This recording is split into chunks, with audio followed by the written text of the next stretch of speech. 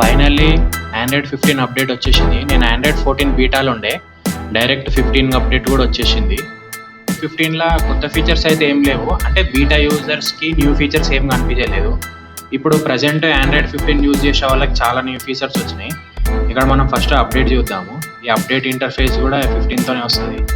మామూలుగా 14 బీటాలో చేంజ్ అయిన ఉండే, మనం సిస్టమ్ అప్డేట్ కొడితే ఇక్కడ నేమ్ కూడా చేంజ్ అయింది, వెనిలా ఐస్ క్రీమ్ అని.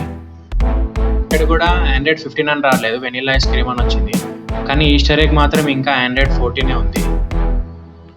మేబీ నెక్స్ట్ అప్డేట్లో చేంజ్ చేస్తారేమో. లాస్ట్ టైం క్యూపీఆర్ బీటాలో 15దే వచ్చింది ఈస్టర్ ఎగ్, కానీ మళ్ళీ 14కి చేంజ్ అయింది. ఈ ఆండ్రాయిడ్ 15 అప్డేట్తోని 2 కొత్త ఫీచర్స్ వచ్చినాయి. ఫస్ట్ ఇదేమో సర్కిల్డ్ సెర్చ్ ఈ అప్డేట్తోనే వచ్చింది నాకు. తర్వాత సినిమాటిక్ వాల్పేపర్స్ వచ్చినాయి.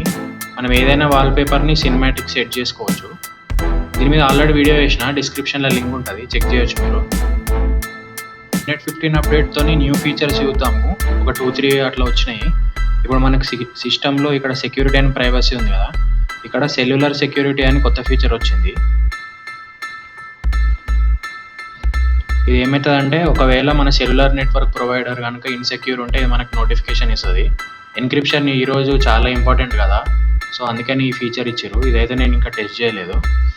ఇంకొక ఫీచర్ ఏంటంటే, ఇది ఫీచర్ కాదు, జస్ట్ లొకేషన్ చేంజ్ చేశారు అంతే. ఇక్కడ యాప్ లిస్ట్ సెర్చింగ్లో swipe up to start search ఉంది కదా, ఇది యాడ్ చేసారు. బగ్స్ అయితే ఏం లేవు, కానీ ఒక్క బగ్ నోటీస్ చేసిన నేను. ఏంటంటే ఎన్ఎఫ్సి సెట్టింగ్స్ అసలు పనిచేస్తలేవు. ఇక్కడ మనం ఎన్ఎఫ్సి ఓపెన్ చేసి ఇది బ్లాంక్ ఉంది, ఈ సెట్టింగ్స్ ఏమి ఇక్కడ చూపిస్తలేవు.